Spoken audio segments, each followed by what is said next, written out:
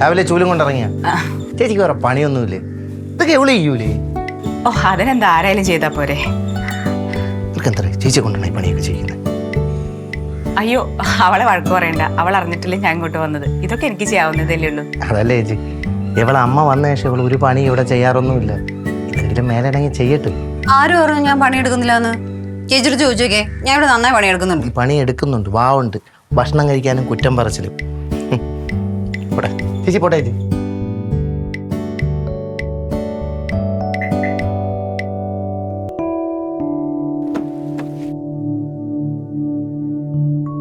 രാവിലെ തന്നെ ഏട്ടൻ്റെ എനിക്ക് വഴക്ക് വെപ്പിച്ചു തന്നപ്പോ ചേച്ചിക്ക് സമാധാനമായല്ലോ.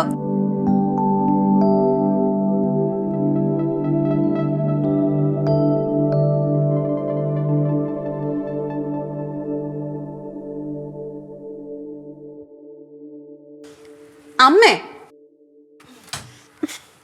ഈ സാധനം എന്നെ സീമിച്ച് ഉപയോഗിച്ചിട്ട് എന്നെ ഒരു മണി കളിയാക്കി പറയാൻ മാത്രം ഇച്ചിരി കൂടുതലോ. അല്ലേലും എനിക്ക് ഈ വീട്ടിലെ രീതിയൊക്കെ കണ്ടിട്ടേ ഒട്ടും അങ്ങോട്ട് പിടിക്കണില്ല. ആ വിധവയായ പെണ്ണിനെ ഇവിടെ കൊണ്ടു നിർത്തേണ്ട വല്ല കാര്യം ഉണ്ടായിരുന്നു? കാര്യം കുടുംബ വീടൊക്കെ തന്നെയാ. എന്നാലും അവന്റെ ചേട്ടന്റെ വീട്ടിലല്ലേ അമ്മ നിൽക്കുന്നത്, അപ്പൊ പിന്നെ അവിടെയല്ലേ ഇവള് നിൽക്കേണ്ടത്? ഇവിടെ ഒരാൾക്കാണെങ്കിൽ ചേച്ചി എന്ന് പറഞ്ഞാൽ തേനൊലിക്കും. പിന്നെ ചേട്ടന്റെ വീട്ടില് അവിടെ ആരും അടുപ്പിക്കത്തില്ല. പിന്നെ ചേച്ചി അങ്ങോട്ട് പോകാനാ? അല്ല, ഒരു കാര്യം പറഞ്ഞാൽ സീമയുടെ കാര്യം വലിയ കഷ്ടമാണ്. മരിക്കണേന് മുമ്പ് ആ വസ്തുവിലൊരു വീട് വെച്ചിട്ടാണ് അവൻ പോയിരുന്നെങ്കിലേ അവക്ക് ഇങ്ങനെ അങ്ങോട്ടും ഇങ്ങോട്ടും ഓടേണ്ടി വരില്ലായിരുന്നു. ഏതായാലും കൊച്ചു ബോർഡിങ്ങിലായതുകൊണ്ട് കുഴപ്പമില്ല. ഇല്ലെങ്കിൽ അതും കൂടി എൻ്റെ ഇടയിൽ നിന്നാണ്. നീ ഒന്ന് പതുക്കെ പറ, ആ സീമ എങ്ങാനും കേട്ടാലോ. ആ കേൾക്കട്ടെ, ഇല്ലെങ്കിൽ ഞാൻ കേൾപ്പിക്കും. ഇതിപ്പം എത്ര ദിവസമായി ഇവിടെ വന്നിട്ട്? അങ്ങനെയെങ്കിലും ഇറങ്ങിപ്പോട്ടെ. 3 ആഴ്ചയായില്ലേ നിന്ന് ഇവിടെ അട്ടിപ്പേറാവത്തേ ഉള്ളൂ. അവിടെയാണ് നീ നിന്റെ മിടുക്ക് കാണിക്കേണ്ടത്. ഇത് നിങ്ങളെ വീടാ, ഇവിടെ താമസിക്കേണ്ടത് നിങ്ങളാണ്. സീമയ്ക്കറിയാം സനോജ് ഒരു പാവത്താനാണെന്ന്.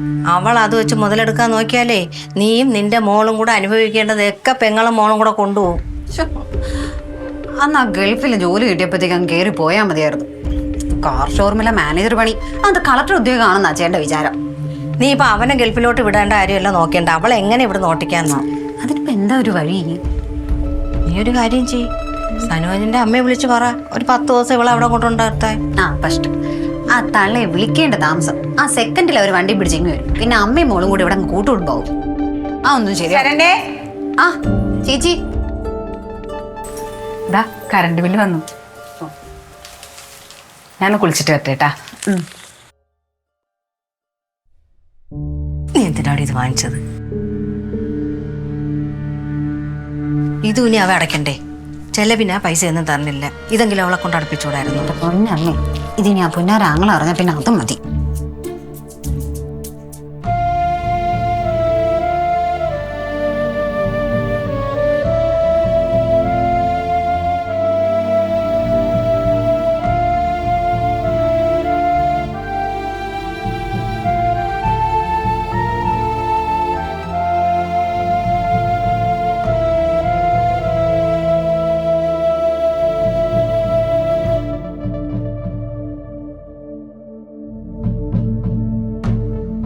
മോളെ രാവിലെ വിളിച്ചിട്ട് എടുത്തില്ലല്ലോ. ഞാൻ പ്രേയർ ഹാളിലായിരുന്നു അമ്മേ. മോൾ കഴിച്ചോ? അമ്മയുടെ സൗണ്ട് എന്താ വല്ലാതിരിക്കുന്നേ? ഏയ് ഒന്നുമില്ല. അമ്മ കരഞ്ഞോ? ഇല്ല മോളെ, കരഞ്ഞില്ലമ്മ. അമ്മ എന്തിനാ എന്നോട് കള്ളം പറയുന്നു? കരഞ്ഞത് ഡാഡി ഓർത്തിട്ടോ അതോ മാമി വല്ലതും പറഞ്ഞോ? അമ്മേനെ ആരും ഒന്നും പറഞ്ഞില്ല. ഡാഡിയുടെ ഫോട്ടോ കണ്ടപ്പോ അമ്മയ്ക്ക് സങ്കടം വന്നു. എനിക്കും അതാ അമ്മേ.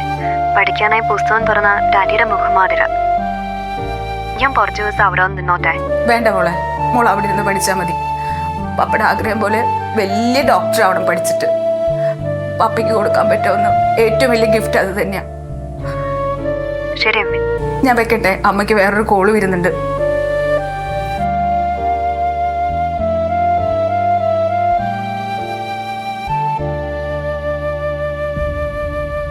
എടി മോളെ, എന്താ നീ ആ യൂട്യൂബ് വെച്ചാണ് നമുക്ക് സലാഡ് കാണാം. ആ അതിൽ ഈ ഇടയ്ക്ക് ഒരു നല്ല എപ്പിസോഡ് ഇറങ്ങിയായിരുന്നു, കാണാൻ പറ്റും.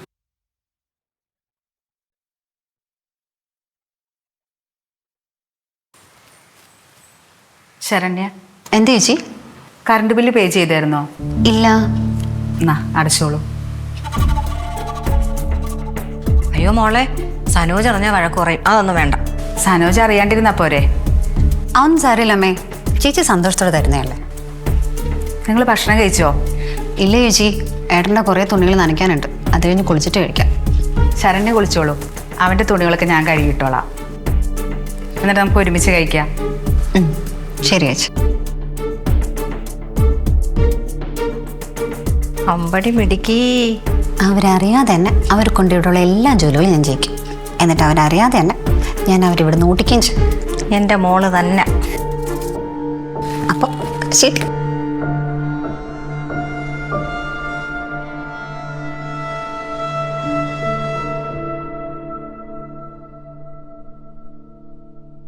ചേച്ചി ഇരിക്കുക ചേച്ചി, അമ്മ വിളമ്പിക്കോളും.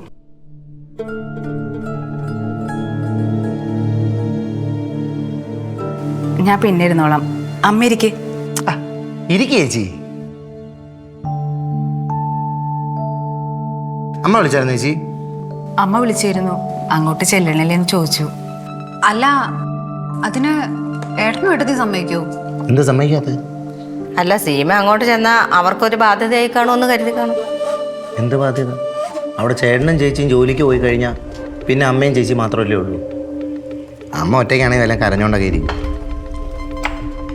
എന്നാലും ആ സീമയുടെ ഭർത്താവിൻ്റെ ആൾക്കാർ ഒരാൾ പോലും ഇങ്ങോട്ടൊന്ന് തിരിഞ്ഞു നോക്കില്ല എന്നുള്ളതാ. അമ്മേ, അവിടെ എല്ലാവരും പുറത്തല്ലേ, പിന്നെ തുമ്പിയുടെ പഠിപ്പ് കഴിയണവരെ എനിക്കവിടെ പോയി നിൽക്കാനും പറ്റില്ലല്ലോ.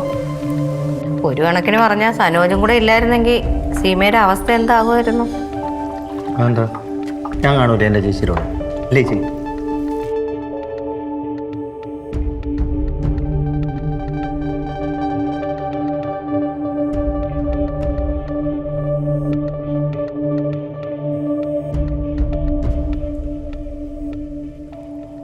എല്ലാവർക്കും എല്ലാം അറിയുന്നതാണ്, പിന്നെ എന്തിനാണ് ഇപ്പൊ ഇങ്ങനെ ഒരു സംസാരം? അയ്യോ ചേട്ടൻ മരിച്ചിട്ട് 1 മാസേ ആയിട്ടുള്ളൂ. അയ്യോ, ഞാൻ അങ്ങനെ ഉദ്ദേശിച്ചൊന്നും പറഞ്ഞതല്ല മോനെ. എന്ത് ഉദ്ദേശിച്ചാലും ശരി, ഇനി ഇങ്ങനത്തെ സംസാരം ഇവിടെ ഉണ്ടായിരുന്നു. ശരണ്യ, നിന്റെ അമ്മയെ കാര്യം പറഞ്ഞു മനസ്സിലാക്ക്. അവളിപ്പോൾ കരഞ്ഞുകൊണ്ട് പോകാൻ വേണ്ടി ഞാൻ ഇവിടെ എന്താ പറഞ്ഞേ?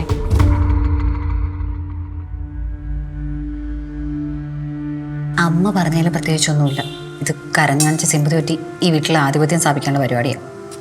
അത് നിനക്കറിയാമല്ലോ. സീമ ഇങ്ങനെ പാവത്തിനെ പോലെ നടക്കണമെങ്കിലും ഉണ്ടല്ലോ, അവൾ നല്ല മിടിക്കുക. സനോജിനെ ചേർന്ന് നിന്നാലേ അവൾക്ക് എല്ലാം കിട്ടുള്ളൂ എന്നറിയാം. നീ അതിന് പാവ വെച്ച് കൊടുക്കരുത്. ദേ പെണ്ണെ, ഞങ്ങളീ സംസാരിക്കുന്നത് കേട്ടിട്ടേ നീ പോയി എന്നിട്ട് അച്ഛനോടത്തൊക്കെ പറഞ്ഞു കൊടുത്തോണ്ടല്ലോ, നീ ഞാൻ വച്ചേക്കത്തില്ല. ദോശമുണ്ടോ അവന് കഴിക്കാൻ? ദോശ കേട്ടോ അവളെ.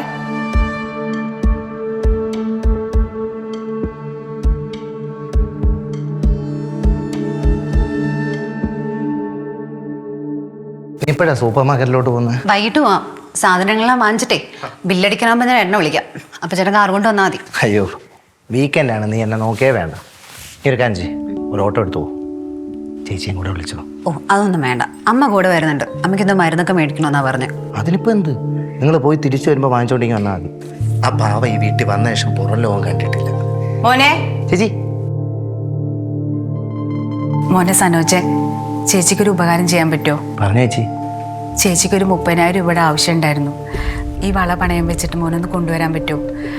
തുമ്പിമോളുടെ ഫീസ് അടയ്ക്കേണ്ട ടൈമായി. അവളുടെ ഡാഡി ഉണ്ടായിരുന്ന സമയത്ത് ഒന്നിനും ഒരു താമസം വരുത്തിയിട്ടില്ല. അതിനെന്തിനാ ഈ വള പണയം വെക്കുന്നത്? പൈസ ഞാൻ അയച്ചു തരത്തില്ലേ? അയ്യോ, അതൊന്നും വേണ്ട. നിങ്ങൾക്ക് നിങ്ങളുടേതായ ആവശ്യങ്ങളില്ലേ? ഇതും എൻ്റെ ആവശ്യം തന്നെയാണ്. ചേച്ചിക്ക് ഞാൻ പൈസ GPay അയച്ചു തരാം. ചേച്ചി അവർക്ക് അയച്ചു കൊടുക്കാം. പോട്ടെ ചേച്ചി.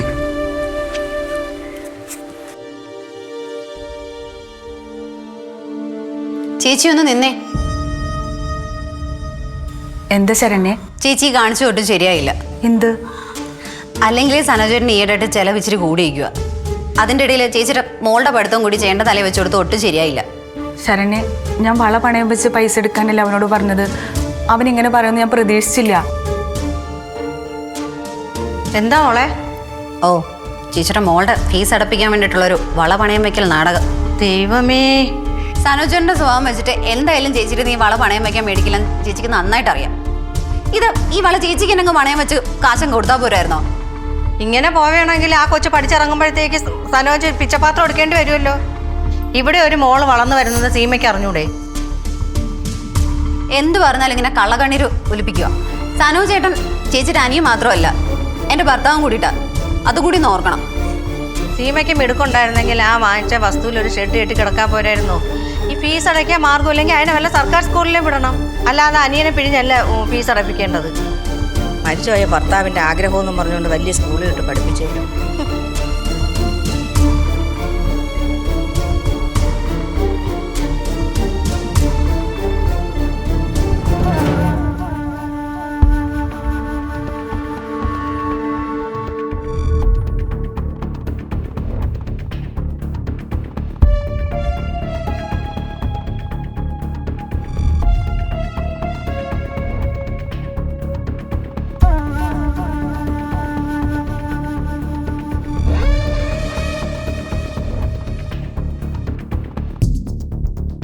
ചേട്ടനെന്താ തിരിച്ചു വന്നേ? തിരിച്ചു വന്നുകൊണ്ട് എല്ലാവരുടെയും തനിനിറം എനിക്ക് കാണാൻ പറ്റി. അപ്പം ഇത്രയും കാലം ചേച്ചിയുടെ അടുത്ത് സ്നേഹം നിങ്ങൾ അഭിനയിക്കുകയായിരുന്നു എൻ്റെ മുന്നിൽ അല്ലേ? മോനെ സനോജ് നിർത്ത്.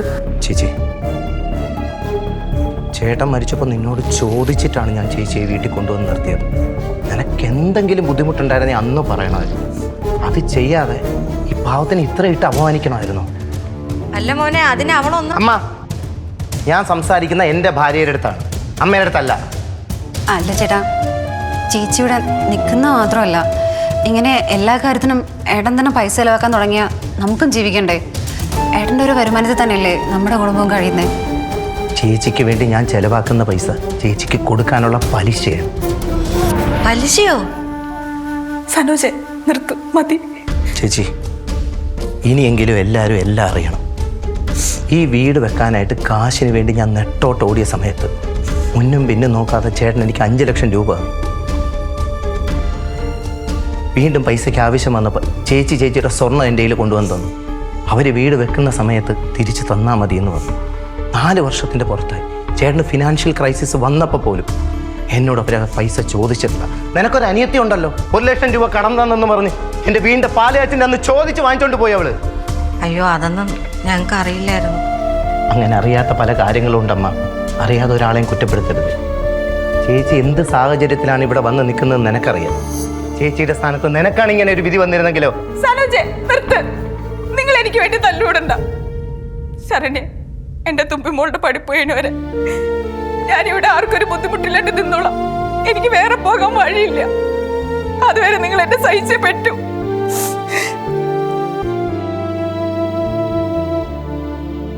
ചേച്ചി ഇവിടെ നിൽക്കുന്ന നിനക്ക് ബുദ്ധിമുട്ടാണെങ്കിൽ നിന്റെ അമ്മ ഇവിടെ നിൽക്കുന്ന എനിക്ക് ബുദ്ധിമുട്ടാണെന്ന് എനിക്ക് പറയേണ്ടി വരും. അത് നീ എന്നെ കൊണ്ട് പറയിപ്പിക്കല്ലേ ശരണ്യ.